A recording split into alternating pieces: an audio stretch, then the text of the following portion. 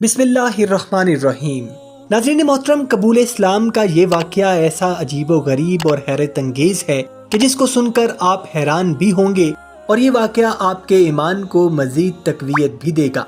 آپ سے گزارش ہے کہ ویڈیو کو آخر تک ضرور دیکھیے گا۔ ناظرین، بے شک اللہ تعالیٰ کن فیکون ہے اور جسے چاہے جب چاہے ہدایت عطا کر سکتا ہے۔ ناظرین گرامی، ڈاکٹر محمود احمد غازی جو ایک نامور عالم دین تھے کہ جن کے ہاتھوں پر ہزاروں لوگوں نے اسلام قبول کیا، لیکن ایک واقعہ جس نے ان کو حیران کیا اور انہوں نے اس واقعے کو اپنی کتاب میں بھی تحریر کیا۔ وہ واقعہ کچھ یوں لکھتے ہیں کہ ایک دن ایک خوبصورت نوجوان ان کے پاس آیا اور کہنے لگا کہ میں اسلام قبول کرنا چاہتا ہوں۔ لمبے بال اور قوم سے ایک مغربی انگریز نوجوان جو اسلام قبول کرنے کے لیے بہت زیادہ بے تاب تھا۔ ڈاکٹر صاحب نے حسب معمول اس کو کلمہ پڑھایا اور اسلام کا ایک مختصر تعارف اس کے سامنے پیش کیا اور اس کو نماز سیکھنے اور باقاعدگی سے پڑھنے کی تاکید کی اور ساتھ ساتھ قرآن پڑھنے کو بھی بولا۔ ڈاکٹر صاحب لکھتے ہیں کہ جب بھی وہ کسی کو کلمہ پڑھاتے اور اسلام میں داخل کرتے تو وہ اس سے ایک سوال ضرور کرتے تھے کہ اس کو اسلام کی کس چیز نے متاثر کیا کہ وہ اسلام قبول کرنے پر مجبور ہو گیا۔ 1948 سے 1996 تک ان کا یہی معمول تھا، اور عموماً زیادہ تر لوگ جو اپنے تاثرات کو بیان کرتے تھے وہ زیادہ تر ملتے جلتے ہی تھے، لیکن اس نوجوان نے جو بات بتائی وہ ان کے لیے عجیب و غریب اور منفرد تھی۔ اس شخص نے بتایا کہ اس کا نام جیک جیبلر ہے اور میں ایک فرینچ میوزیشین ہوں، اور میرے بنائے اور گائے ہوئے گانے فرانسیسی زبان میں لوگ شوق سے سنتے ہیں۔ اس نے بتایا کہ کچھ دن پہلے اس کو ایک عرب سفیر کے گھر کھانا کھانے کا موقع ملا، اور جب میں وہاں پہنچا تو وہاں سب لوگ خاموشی سے بیٹھے تھے اور ایک خاص انداز کی موسیقی کو سن رہے تھے۔ جب میں نے وہ موسیقی سنی تو مجھے ایسا لگا کہ یہ کوئی عام موسیقی نہیں ہے، یہ موسیقی کی دنیا کی کوئی بہت آگے کی شکل ہے جس کو میں اس وقت سن رہا ہوں، اور میں نے ایسے سر اور لے کو آج تک نہیں سنا تھا، اور میری موسیقی کی سمجھ اس کے آگے حقیر محسوس ہو رہی تھی، اور مجھے لگا کہ اس موسیقی کی انتہا تک پہنچنے کے لیے ابھی دنیا کو بہت وقت درکار ہے۔ میں انتہائی حیران تھا کہ یہ آخر کس شخص کی ایجاد کردہ موسیقی ہو سکتی ہے۔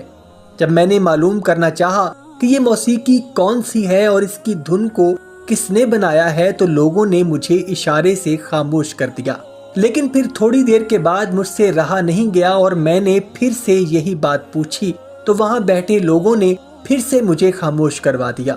اور جب وہ بہترین موسیقی ختم ہوئی تو پھر اس نے دوبارہ لوگوں سے پوچھا کہ یہ موسیقی کون سی ہے اور اس کی دھن کو کس نے بنایا ہے، تو اس کے جواب میں وہاں بیٹھے لوگوں نے اس کو سمجھایا کہ یہ موسیقی نہیں بلکہ قرآن پاک کی تلاوت ہے۔ سبحان اللہ۔ اور قاری صاحب جنہوں نے وہ تلاوت کی انہوں نے اس دھن کو نہیں بنایا اور کسی اور شخص نے بھی نہیں، بلکہ اللہ نے اس کو خود ترتیب دیا ہے۔ اس موسیقار نے حیرانگی سے جواب دیتے ہوئے کہا کہ یہ ہو ہی نہیں سکتا کہ یہ دھن کسی کی بنائی ہوئی نہ ہو، لیکن اس کو یہ یقین دلایا گیا کہ قرآن مجید کا کسی دھن یا موسیقی سے کوئی تعلق نہیں ہے، بلکہ یہ اللہ تعالیٰ کے الفاظ ہیں اور وہی اس کو بنانے والا اور ترتیب دینے والا ہے، اور یہ فن تجوید ہے اور یہ موسیقی سے بالکل الگ ہے۔ اس کے بعد اس موسیقار نے یہ سوال کیا کہ مجھے یہ بتاؤ کہ تجوید اور قرأت کا یہ فن کب ایجاد ہوا، تو اس پر لوگوں نے جواب دیا کہ یہ فن تو 1400 سال سے چلا آ رہا ہے، کیونکہ ہمارے پیارے نبی حضرت محمد صلی اللہ علیہ وآلہ وسلم نے جب مسلمانوں کو قرآن کریم اللہ کے حکم سے عطا کیا تو فن تجوید کے اصولوں کے ساتھ عطا فرمایا۔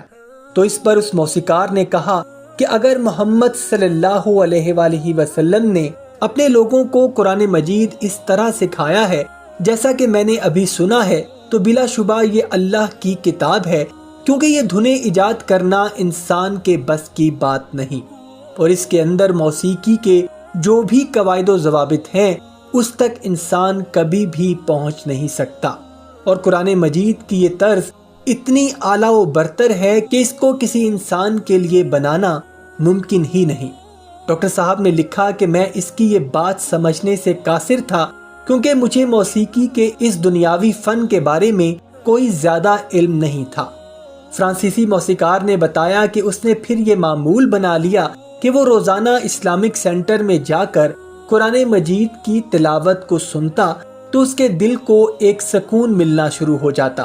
اور اسے یقین ہو گیا کہ یہ اللہ کی سچی کتاب ہے، اور اگر یہ اللہ کی سچی کتاب ہے تو پھر اس کو لانے والے بھی بے شک اللہ کے سچے رسول صلی اللہ علیہ وآلہ وسلم ہیں۔ اور یہ جواب دے کر اس نے مجھ سے کہا کہ اسی لیے میں چاہتا ہوں کہ آپ مجھے مسلمان کر دیں، میں اسلام میں داخل ہونا چاہتا ہوں۔ تو ڈاکٹر صاحب نے مسکراتے ہوئے کہا کہ تم کلمہ پڑھنے کے بعد اسلام میں داخل ہو چکے ہو اور مسلمان اور نبی پاک صلی اللہ علیہ وآلہ وسلم کے غلام بن چکے ہو۔ سبحان اللہ۔ ناظرین، بے شک اللہ تعالیٰ ہر چیز پر قادر ہے اور وہ جب چاہے، جس کو چاہے، جس وقت چاہے ہدایت دے کر اپنے قریب کر سکتا ہے۔ اللہ ہم سب کو نیک عمل کرنے کی توفیق عطا فرمائے۔ وما علینا الا البلاغ المبین۔